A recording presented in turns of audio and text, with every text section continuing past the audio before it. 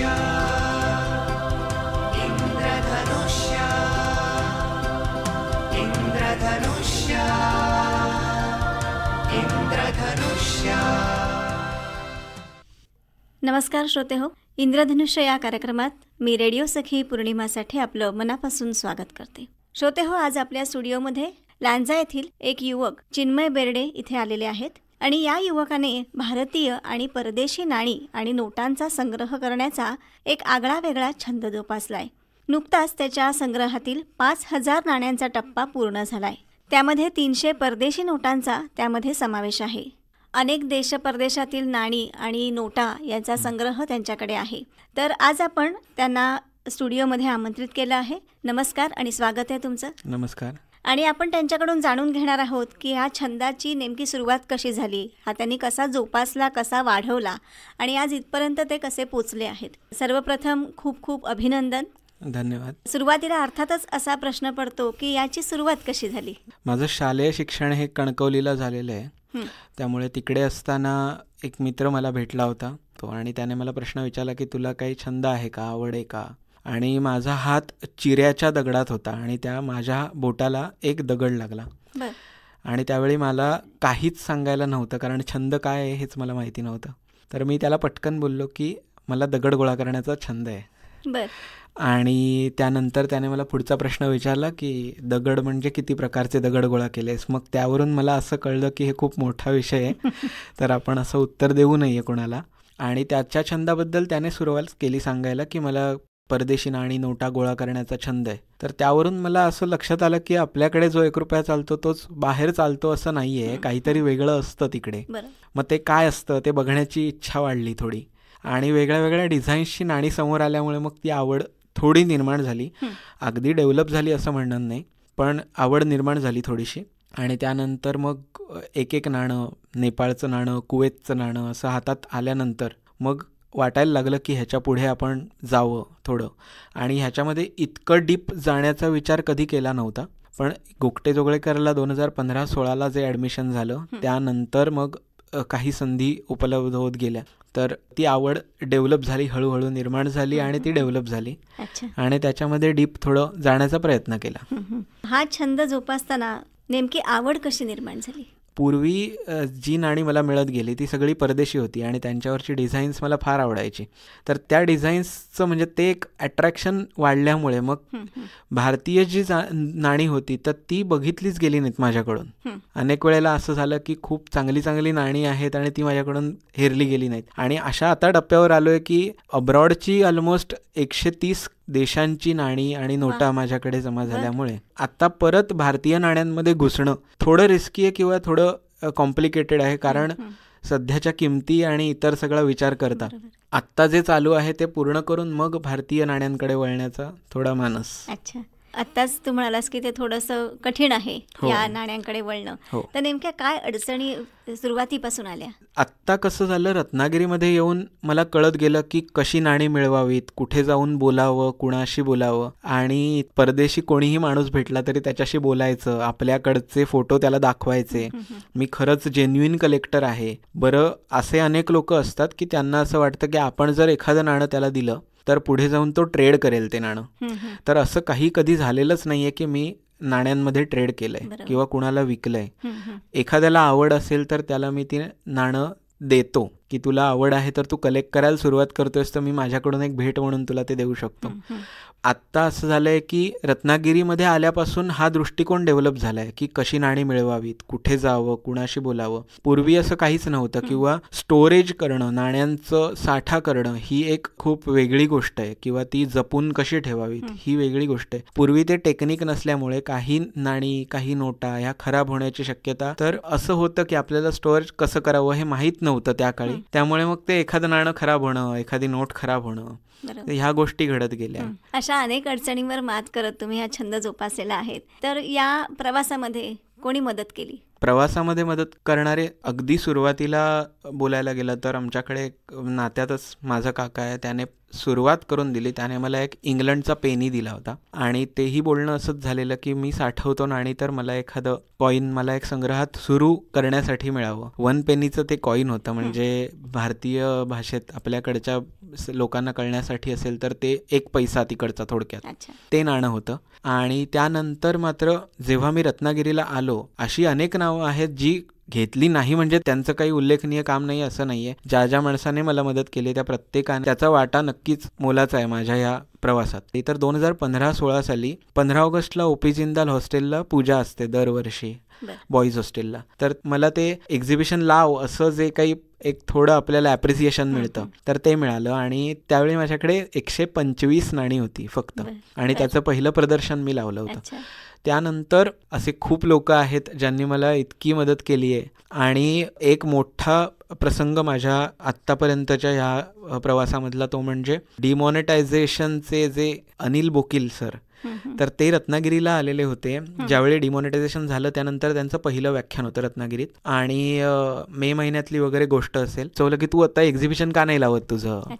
आणि मी ऑलमोस्ट एक 10 ते 15 मिनिटात तयारी करून ते एक्झिबिशन लावलं होतं. आणि त्यावेळी बोकील सरांनी पण शाबासकी दिली होती मला आणि फार बरं वाटलं होतं. तो प्रसंग तर न विसरण्यासारखा आहे. अनेक वर्ष ही नाणी तुम्ही जपून ठेवलेली आहे. तर मुळात मुद्दा असा आहे की ती नीट राहणं फार गरजेचं आहे, की ती आहे त्या परिस्थितीत राहणं, टिकवून ठेवणं. तर या नाण्यांची काळजी नेमकी कशी घ्यायला लागते? आता जे कॉईन कलेक्ट करणारे लोक आहेत त्यांच्यासाठी हा खूप मोठा खजिना आहे. नाणी साठवणं किंवा त्याचा साठा नीट करणं ह्याच्यासाठी तुम्हाला आधी कॉईन पहिल्यांदा हातात आल्यानंतर ते क्लीन करणं हा जो विषय असतो तर ते फार कमी प्रमाणात करावं असं मला वाटतं. पर्सनली करावं, पण त्याला योग्य प्रोसेसने करावं. म्हणजे जर एखादं नाणं खराब झालेलं असेल तर त्याला तेलात टाकणे किंवा त्याला तेल लावून ठेवणे. ते झाल्यानंतर आपण एक ठराविक काळ गेला, 2 तास 3 तास 4 तास किंवा जर खूपच नाणी असतील तर दिवस 2 दिवस गेले की त्यानंतर ती नाणी व्यवस्थित व कागदावर काढून ती सुकवावीत. आणि त्यानंतर त्याच्यावरती जर साधा खोडरबर मिळतो तो फिरवला तर ती नाणी खूप प्रमाणात क्लीन होतात, व्यवस्थित होतात. तर ही रिस्टोरेशनची एक प्रोसेस आहे. दुसरी गोष्ट, जर आपल्याकडे नाणी असतील, जर आपण संग्रह करतोय तर ह्याच्यासाठी आपल्याला कॉईन होल्डर्स आणि कॉईन फोल्डर्स, ते होल्डर्स ठेवण्यासाठी फोल्डर्स असे सेपरेट गोष्टी आपल्याला बाजारात उपलब्ध आहेत. त्याचा वापर करून आपण ती नाणी स्टोअर करू शकतो जेणेकरून त्याला कोणत्याही प्रकारचं मॉइश्चर येणार नाही. अनेक मिसकन्सेप्शन्स आहेत की त्याला तुम्ही ॲसिड वॉश वगैरे करा, पण ॲसिड वॉश केल्यामुळे कॉईन ग्रेडिंग हा एक विषय असतो. तर ज्यावेळी कॉईन ग्रेडिंग होतं त्यावेळी त्या नाण्याची किंमत कमी होऊ शकते. स्टोअर करताना तुम्ही जपून ते स्टोअर करावं. अनेक मिसकन्सेप्शन आहेत, त्याच्यापैकी असं की कॉईनला कोणत्या तरी पावडरने धुवा किंवा त्याच्यातमध्ये ॲसिड वॉश करा, हे प्रकार टाळले पाहिजेत. जर ते केलं तर त्याची किंमत कमी होते नाण्याची. कारण नाण्यावरती काही विशिष्ट त्या देशामध्ये लिपी असेल किंवा काही चित्र असतात, सनावली असते, तर ते जाऊ शकण्याची शक्यता असते. बरोबर आहे. बरोबर आहे. नाण्याची फेस व्हॅल्यू आणि मार्केट व्हॅल्यू यात काय फरक आहे आणि तो कसा करतात? फेस व्हॅल्यू सगळ्यांनाच माहिती आहे की 1 रुपयाचं नाणं आहे, 50 पैशाचं नाणं आहे. परदेशी नाणी असतील तर त्याचं डिनॉमिनेशन्स वेगळे असतात, पेनीज, डॉलर्स किंवा त्याच्यानंतर सेंट्स अशा प्रकारचे असतात. फेस व्हॅल्यू रेग्युलर असते, पण मार्केट व्हॅल्यू जर ठरवायची असेल तर आपल्याला मार्केटमध्ये जी व्हॅल्यू मिळते ती खरी न्यूमिस्मॅटिस्ट लोक जे आहेत, जे कॉईन कलेक्ट करणारे आहेत, तर त्यांच्यासाठी ती गोष्ट इम्पॉर्टंट आहे. किंवा अनेक वेळेला असं होतं की एखाद्या व्हिडिओचं थंबनेल असतं की 1 रुपयाचं नाणं आहे, तुम्ही हे घेऊन या, 1 लाख रुपये देतो. तर हा क्रायटेरिया नाही होत की तुम्ही नाणं घेऊन आलात आणि त्याच्यावरचं काहीच माहिती नाही आणि तुम्ही 1 लाख रुपये मिळत आहेत. तर अशी कोणतीही गोष्ट आधी मुळात ह्याच्यावर विश्वास ठेवू नये, हेच मी सांगेन सगळ्यांना. आणि दुसरी गोष्ट, जर मार्केट व्हॅल्यू ठरवायची असेल तर त्या मार्केट व्हॅल्यूच्या पाठीमागे खूप साऱ्या कंडिशन्स आहेत. आता उदाहरणार्थ 1 रुपयाचं नाणं आहे तर ते 1 रुपयाच्या नाण्याची पहिल्यांदी कंडिशन काय आहे. दुसरी गोष्ट, त्या नाण्याचं इयर कोणतं आहे, त्या इयरमध्ये ते नाणं कोणत्या टांगसाळीमध्ये, मिंटमध्ये तयार झालेलं आहे, ह्या सगळ्या गोष्टी बघितल्या जातात. त्याच्या आधीच ते नाणं फेक आहे का ओरिजिनल हे हातात घेऊन कळतं आपल्याला. आणि ह्या सगळ्या गोष्टी बघून त्या नाण्याची फायनली कंडिशन ठरवली जाते. तर फाईन असतं, एक्स्ट्रा फाईन असतं, व्हेरी फाईन कंडिशन, रेअर असतं, स्केअर्स असतं किंवा अनसर्क्युलेटेड कॉईन्स असतात. तर जे अनसर्क्युलेटेड कॉईन आहे तर त्याची व्हॅल्यू सगळ्यात जास्ती मिळू शकते किंवा एक्स्ट्रा फाईन व्हॅल्यू कंडिशन असलेलं जे कॉईन आहे त्याची व्हॅल्यू खूप जास्त मिळू शकते. कम्पॅरेटिव्हली आपल्याकडे जी नाणी असतात ती आपण चलनात वापरणारी असतो, रेग्युलर हाताळली जातात, त्यामुळे त्यांची व्हॅल्यू फार कमी मिळते. पण त्याच्यातच एखादं नाणं मिळतं की एखाद्या मिंटचं आहे, समजा आता कलकत्ता मिंटचं एखादं कॉईन आहे आणि ते नाणं त्या वर्षात अगदीच रेअरली तुमचं प्रोडक्शन झालंय त्या नाण्याचं, तर त्या नाण्याला मात्र काहीच्या काही व्हॅल्यू मिळू शकते. हे मार्केट व्हॅल्यू आहे आणि जी फेस व्हॅल्यू असते ती ₹1 असते किंवा ₹2 असते. ती ज्याची आहे त्या नाण्याची ती किंमत असते. नेमकी किती जुनी नाणी तुमच्याकडे आहेत? माझ्याकडे आता भारतीय नाणी फार कमी आहेत, त्यामुळे शिवराईपर्यंतची नाणी किंवा औरंगजेबाच्या काळातलं नाणं ते एक नाणं, त्याच्यानंतर शिवराया 3 आहेत माझ्याकडे, 3 प्रकारच्या शिवराया आहेत. परदेशी नाण्यांमध्ये तसं बघायला गेलं तर असं आहे की आपल्याला भारताचा इतिहास आपल्याला माहिती आहे किंवा खूप लोकांना अंदाज आहे की कितपर्यंत ती नाणी होती, कधी चालू झाली आहेत, तर तो अंदाज आहे. पण परदेशी नाण्यांच्या बाबतीमध्ये हे थोडं कम्पॅरेटिव्हली कठीण आहे, कारण तुम्ही 200-250 देश जेव्हा बघता तेव्हा प्रत्येक देशाचा इतिहास समजून घेऊन ते नाणं जमा करणं ही सोपी गोष्ट नाही. त्यामुळे आत्ता जी नाणी माझ्याकडे आहेत त्याच्यामध्ये एक साधारण 30 वर्ष, 40 वर्ष, 50 वर्ष, 60 वर्ष जुनी किंवा 100 वर्ष जुनी ही परदेशी नाणी उपलब्ध आहेत. जेव्हा असं एखादं एक्झिबिशन लावलं जातं तेव्हा काय अनुभव येतं? अनुभव 2 प्रकारचे आहेत की एक चांगला अनुभव, एक वाईट अनुभव. पहिल्यांदा चांगलं म्हणजे असं की ॲप्रिसिएट केलं जातं सगळीकडे, आपल्याला काहीतरी आपण वेगळं केलंय असं, जगाच्या वेगळं, त्याची दखल घेतली तर ते एक सांगितलं जातं. आणि चुकीची गोष्ट असं नाही, पण ती गोष्ट मनाला लागते की तुम्ही विचार न करता जर काही बोललात समोरच्या व्यक्तीला. एक प्रसंग छोटासा आहे जो नाव न घेता सांगेन मी, की एक्झिबिशन होतं एका ठिकाणी आणि तिथे एक मॅडम आल्या होत्या आणि माझी संग्रह त्यांनी माझा पूर्ण बघितला, कलेक्शन बघितलं आणि खूप लोक आजूबाजूला जमा झाले होते आणि चटकन त्या असं बोलल्या की ह्या नाण्यांवरती डॉट असेल तर ते नाणं खरं आहे आणि बाकीची जर नसेल डॉट तर ते खोटं आहे. म्हणजे त्या फार वेगळ्या भाषेत बोलल्या होत्या. त्यामुळे कसं होतं, आजूबाजूला जी लोक असतात ती आपल्याकडे वेगळ्या नजरेने चटकन बघायला सुरुवात करतात. तर हे असं काही नसतं आणि हा प्रसंग एकदा नाही तर 2दा आला होता माझ्यावरती. त्यांना मी विचारलं होतं की डॉट हा नक्की काय आहे, तुम्हाला माहिती आहे का? तर ते डॉट म्हणजे डॉट असतो, तर हे उत्तर नाही आहे त्याच्यावरचं. तो डॉट का असतो किंवा ते डॉट किती प्रकारचे असतात हे त्यांचा सांगण्याचा जो उद्देश होता ते मिंटमार्क होतं. आणि ज्या नाण्यांवर मिंटमार्क नसतो ती कलकत्ता मिंटची कॉईन्स असतात. बर. हां, आणि फेक कॉईन्स ओळखण्याचा फक्त मिंट मार्क हा एकच पर्याय नाहीये. सो असं काहीतरी कोणी बोललं पटकन की जे मनाला वाईट, कारण गेली 15-20 वर्ष या क्षेत्रामध्ये काहीतरी करण्याचा प्रयत्न करतोय, असं नाहीये की ते सर्वस्वाला गेलंय, सगळं पूर्ण झालंय, पण त्याचाही अभ्यास चालू आहे आणि असं कोणी पटकन बोललं तर मग ते मनाला लागतं फार. बरोबर. आत्ताच बोलताना आपण सांगितलं की खरी नाणी आणि खोटी नाणी. आता जेव्हा कलेक्शन करत असतात तेव्हा या गोष्टीचा खूप बारकाईने अभ्यास करायला लागत असेल, तर नेमका कोणकोणत्या पद्धतीत याचा अभ्यास केला जातो? ह्याच्यासाठी एक प्रॅक्टिकल अनुभव सांगतो छोटासा. खूप लहान होतो, 6वीत 7वीत असा होतो आणि त्यावेळी आवड नुकती निर्माण झाली होती की कॉईन्स कलेक्ट करायचे. आम्ही सगळे फॅमिली मेंबर्स सिंधुदुर्ग जिल्ह्यात फिरायला गेलो होतो आणि तिकडून परत येत असताना ते टुरिस्ट प्लेसवरती जे विकायला बसलेले असतात लोक, त्यांच्याकडे एक किचन होतं आणि त्याच्यावरती नाणी लावली होती. त्या किचनला 3 नाणी होती. मला ते बघूनच अट्रॅक्ट झालो मी त्याच्याकडे की ही नाणी तर मला ती खूप सारी घ्यायची आहेत. बाबांकडे हट्ट केला आणि बाबांनी मला ते किचन घेऊन दिलं आणि ती सगळीकडे दाखवायचो की ही माझ्याकडेची कॉईन्स आहेत, कारण लँग्वेज जी होती काहीतरी वेगळं होतं जे कळत नव्हतं. दाखवत असताना एकदा एका काकांकडे गेलो आणि त्यांना दाखवले की ते फार पहिल्यापासून कलेक्शन करणारे आहेत आणि माझ्या सुरुवातीच्या काळात त्यांनी मला अमेरिकन कॉईन्स काही एका पिशवीत भरून दिले की ह्या पिशवीपासून तुझी सुरुवात करायची तू. आणि त्यांच्याकडे गेलो आणि त्यांना ती कॉईन्स दाखवली आणि त्यांनी हातात घेतल्यावर सांगितलं की तुला कलेक्ट करायचं आहे का? म्हटलं हो. खरंच करणार आहेस का? तर म्हटलं हो करणार आहे. मग ही पहिली कचऱ्याच्या डब्यात फेकून दे. तेव्हा मला कळलं की हे खोटी नाणी आहेत. आणि आता असा विषय होतो की मगाशी जे पॅरामीटर्स सांगितले की इयर बघितलं जातं, त्याच्यानंतर कॉईनची कंडिशन, दुसरं मिंटमार्क चेक केलं जातं किंवा कॉईनला एज असते, ती एज पण एका वेगळ्या प्रकाराने त्याच्यावरती लिहिलेलं असतं, रीड्स असतात किंवा डिझाईन्स असतात, त्याचाही अभ्यास केला जातो. आणि दुसरी गोष्ट, जर कलेक्ट करणारा माणूस आहे जो कॉईन कलेक्ट, आधी नॉर्मल माणसाच्या पण लक्षात येतात काही गोष्टी, पण जो कलेक्ट करणारा माणूस आहे त्याच्या हातात कॉईन गेल्यानंतरच त्याला लक्षात येतं की ही अशी अशी गोष्ट आहे, हे कॉईन खोटं आहे, फेक कॉईन आहे. कारण खूप वेळा अनुभव घेतलेला असतो. हातात कॉईन्स खूप येतात. आता 4-5 हजार नाणी गोळा करायचं आहे तर हातात एवढी नाणी येऊन गेली आहेत, बरोबर. त्यामुळे ती गोष्ट लक्षात येते. आणि नुसतीच हातात येऊन गेली नाही तर त्याचा अभ्यास झालाय. हां, बरोबर. निरखून आपण म्हणतो ना की निरीक्षण त्याच्यामधलं केलेलं नक्की, आहे. नक्की. आतापर्यंत किती ठिकाणी एक्झिबिशन्स झाली आहेत? ती एकूण 8 ते 10 एक्झिबिशन्स मी लावली आहेत स्वतः. अच्छा. अकॅडमिक करिअर करताना अशा एखाद्या छंदाचा नेमका काय उपयोग होतो? आत्ता बघायला गेलं तर जर तुम्ही MA किंवा BAचे विद्यार्थी असाल आणि त्याच हिस्ट्री हा सब्जेक्ट असेल तुमचा, किंवा दुसरं तुम्ही जर न्यूमिस्मॅटिक्सचं शिक्षण घेत असाल, जे नाणकशास्त्रामध्ये काही पदवी वगैरे संपादन करणार असाल, तर त्या क्षेत्रामध्ये मुळात ह्या गोष्टीचा उपयोग होतो. नाणं कसं वाचायचं, नाणं वाचण्याची ही एक वेगळी पद्धत आहे. बर. त्याच्यानंतर त्या नाण्याचं व्हॅल्युएशन कसं करावं, ते नाणं साफ कसं करावं, त्याच्यावरून इतिहासात कशी उडी मारावी, हे आपल्याला अंदाज आलेला असतो. या गोष्टींचा फायदा आपल्याला नक्कीच शिक्षणामध्ये होतो जर आपली तीच स्ट्रीम असेल तर.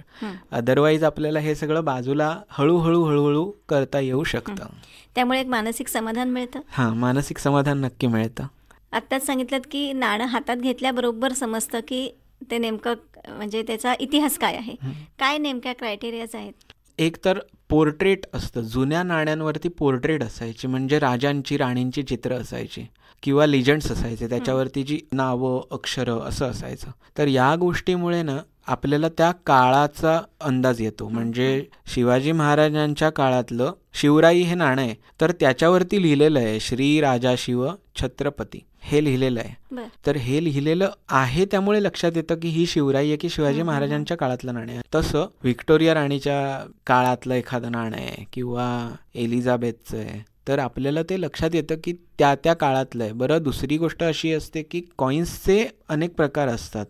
जसं अनसर्क्युलेटेड कॉईन्स असतात किंवा प्रूफ सेट असतात किंवा एखाद्या स्पेशल ओकेजनवरती एखादा इश्यू असतो, त्याला स्पेशल इश्यू म्हणतात. जसं की माझ्या संग्रहामध्ये एक नाणं आहे, जे नाणं दुसरी एलिझाबेथ तिच्या 90व्या बर्थ ॲनिव्हर्सरीला कॅनडाने इश्यू केलं होतं.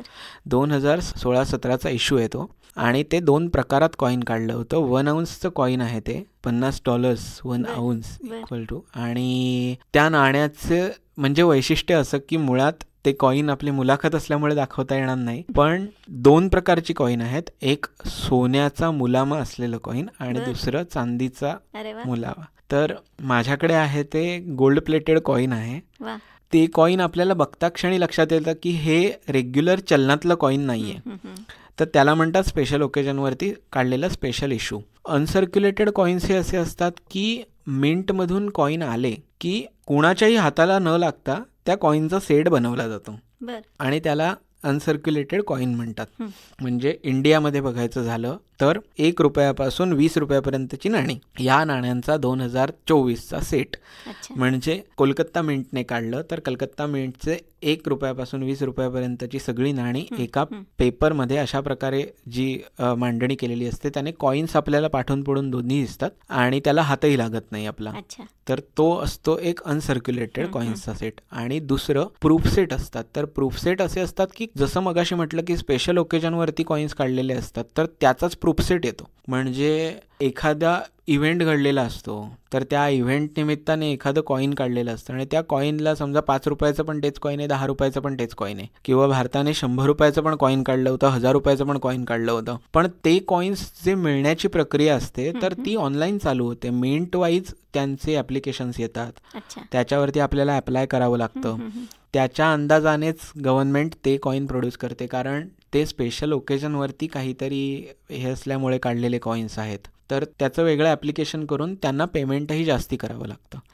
तर अशा पद्धतीत तुम्ही ते नाणी आणि हो, आणि माझ्याकडे प्रूफसेट किंवा अनसर्क्युलेटेड कॉईन्स हे फार नाही आहेत. जरी असले तरी ते फॉरेनचे बऱ्यापैकी आहेत. अनसर्क्युलेटेड जरी असले तरी ते माझ्याकडे माझ्या पद्धतीने मी लावून ठेवलेत. त्याच्यासाठी मी कोणताही सेट परदेशी विकत अजून घेतला नाही. मार्केटमध्ये अशा प्रकारचे काही स्कॅम आपल्याला दिसून येतात, तर ते कसे ओळखायचे आणि कसे टाळायचे? नाव ह्याच्यामध्ये कुणाचंही घेणार नाही, पण हा थोडा सिरियस विषय आहे की नाण्यांमध्ये पडल्यानंतर नाणी संग्रह करणं, त्याचा अभ्यास करणं, ह्या गोष्टी हळूहळू कळत गेल्या आहेत अजूनही अभ्यास चालू आहे, त्यामुळे मी पूर्णतः काही त्यात नॉलेजेबल पर्सन आहे असं नाही आहे. पण अनेक वेळेला असं घडतं की एखाद्या व्हॉट्सॲपवरून तुम्हाला काहीतरी येतं किंवा एखाद्या यूट्यूब चॅनेल्सवरती येतं. काही लोक जे बघत असतील त्यांच्या ही गोष्ट लक्षात येईल की अनेक वेळेला असं होतं की आपण यूट्यूबवरती बघत जातो की थंबनेलच चेक करतो, 1 रुपयाचा कॉईनचा फोटो असतो, ये कॉईन है आपके पास तो 1,00,000 रुपया मिल जाएगा आपको,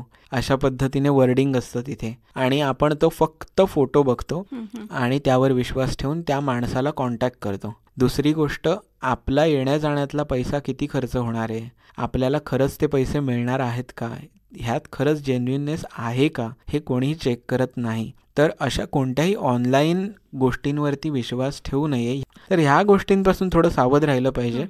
आणि जर तुम्हाला खरंच कॉईन्स विकायची आहेत किंवा कॉईन्स ट्रेड करायचे आहेत किंवा खरंच कोणीतरी संग्रह करतोय म्हणून द्यायचं आहे त्याच्या हातात, तर ते तुम्ही करा. पण ह्या अशा प्रकारच्या कोणत्याही गोष्टींना बळी पडू नका. बरोबर. म्हणजे सतर्कता जे आपण म्हणतो की नेहमीच व्यवहाराबाबत बाळगली पाहिजे, तर ती इथे सुद्धा दाखवली पाहिजे. नक्की. आणि जे ह्या क्षेत्रातली लोक जी असतात तर त्यांना कॉन्टॅक्ट करा जास्ती. त्यामुळे ह्या गोष्टी आपण काही लक्षात ठेवल्या पाहिजे. जी परफेक्ट माणसं आहेत त्या माणसांपर्यंत अभ्यास करून पोहोचणं हाच एक योग्य मार्ग आहे.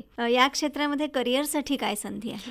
करिअरच्या दृष्टीने जर बघायला गेलं तर आपल्याकडे नाशिकला पण एक इन्स्टिट्यूट आहे जे न्यूमिस्मॅटिक्सचं शिक्षण देते. त्याच्यामध्ये आपल्याला अनेक ग्रॅज्युएशन प्रोग्राम्स किंवा इतर डिप्लोमा प्रोग्राम्स किंवा सर्टिफिकेशन कोर्स हे आपल्याला बघायला मिळतात, जशी आपली आवड असेल तशा पद्धतीने. दुसरी गोष्ट, अब्रॉडचा विचार केला तर अब्रॉडला पण खूप सारे इन्स्टिट्यूट आहेत, त्यांची लायब्ररी खूप छान आहे, त्यांचं रीडिंग रूम्स आहेत, ऑनलाईन रीडिंग रूम्स पण आहेत, तर त्याही व्हिजिट करू शकतो आपण. आणि दुसरं, ह्या गोष्टीमध्ये जास्तीत जास्त प्रॅक्टिकली नॉलेज मिळवणं हे गरजेचं आहे. असं नाही आहे की तुम्ही कॉईन ग्रेडिंग करू शकत नाही. आता कॉईन ग्रेडिंग शब्द आलाय म्हणून सांगतो की कॉईन ग्रेडिंग म्हणजे कॉईनची किंमत ठरवणं. मगाशी जसं म्हणलं तसं की कॉईनची कंडिशन बघून, त्याचं इयर बघून, ह्या सगळ्या गोष्टी करून आपण कॉईनची मार्केट व्हॅल्यू ठरवत असतो. तर हे ठरवत असताना कॉईन ग्रेडिंग हा विषय असतो. तर ग्रेड करून जे कॉईन घेतलेलं असतं त्याची व्हॅल्यू आणखीन वाढते. तर ग्रेडिंग हे फक्त कॉईनचंच नसतं, नोटचं पण असतं. आणि त्याला चार्जेस, बऱ्यापैकी चार्जेस जातात आपले, पण एक आपल्याला कळतं की ही नोट जेन्युइन आहे का नाही आहे.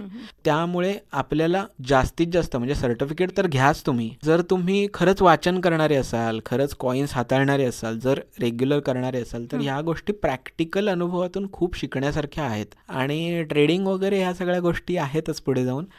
तुमच्यासारखेच असे अनेक युवक युवती असतील की ज्यांना याचा छंद आहे, तर त्यांना काय सांगाल? कॉईन गोळा करत राहा, जास्तीत जास्त नाणी जमवा, त्याचा अभ्यास करा. सुरुवातीपासूनच हे सगळं व्यवस्थित करत राहायचं, कन्सिस्टन्सी ठेवायची, कधीही त्याच्यामध्ये गॅप पडला असं नाही. आणि जर कोणाला खरंच हेल्प हवी असेल तर मी नक्की हेल्प करेन. माझ्याकडे खूप सारे एक्स्ट्रा कॉईन्स असतात, खूप गोष्टी अशा असतात जे की मी शेअर करू शकतो समोरच्याला. तर माझ्याकडून जे काही शक्य होईल ते मी नक्की करेन, कारण आतापर्यंत मी जो वर आलोय तो असाच वर आलोय की लोकांनी मदत केली आहे खूप सारी. सुरुवातीलाच आपण असं म्हटलं होतं की छंद आणि अकॅडमिक करिअर, की काही वेळा असं होतं की अकॅडमिक करिअर करताना छंदाकडे थोडंसं दुर्लक्ष होतं किंबहुना वेळ नाही दिला जात. तर या दोन्हीचा समन्वय कसा साधायला? छंद ही अशी गोष्ट आहे ना की त्याने मनाला आनंद मिळतो आपल्या, आणि अभ्यास करायला आवडणारे फार कमी लोक आहेत. आणि छंद ही अशी गोष्ट असते की जी आवडणारी आपल्या मनाला असते ती आपण करतो. छंद काय, क्रिकेट खेळायचा छंद आहे, तर ह्याने आपल्याला आनंद मिळतो. पण जे मूळ जे आहे पैसा कमावण्याचं साधन, किंवा पुढे जाऊन आता असं जग आहे की या जगात जरी आपण म्हटलं की पैशाने सगळं काही विकत घेता येत नाही, तरी सुद्धा समाजात पैशाला महत्त्व किंवा किंमत आलेली आहे आणि त्याच्यावरून माणसाची गरिबी किंवा श्रीमंती ओळखली जाते. तर त्यामुळे आपण छंदाच्या जागी आणि जे करिअर आहे, जे अकॅडमिक्स आहे, जर त्याच्यातच करिअर करायचं असेल तर काहीच प्रॉब्लेम नाही. जसं आता नाण्यांमध्ये आहे, तुम्ही ट्रेडिंग करून आयुष्य काढणार आहात पुढे आणि तुम्हाला खरंच स्कोप आहे तर ते तुम्ही अवश्य करा, नक्की करा.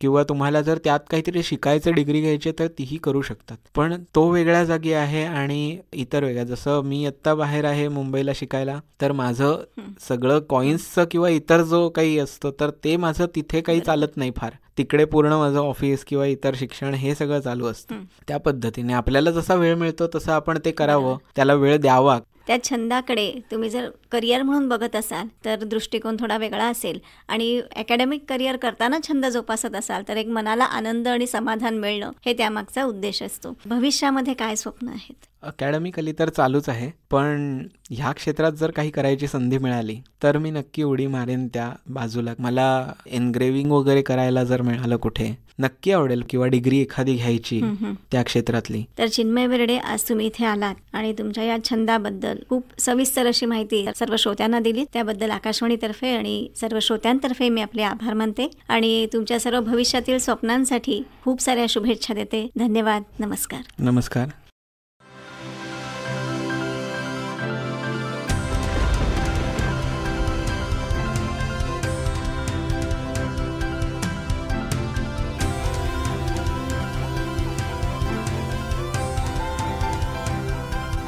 इंद्रधनुष्य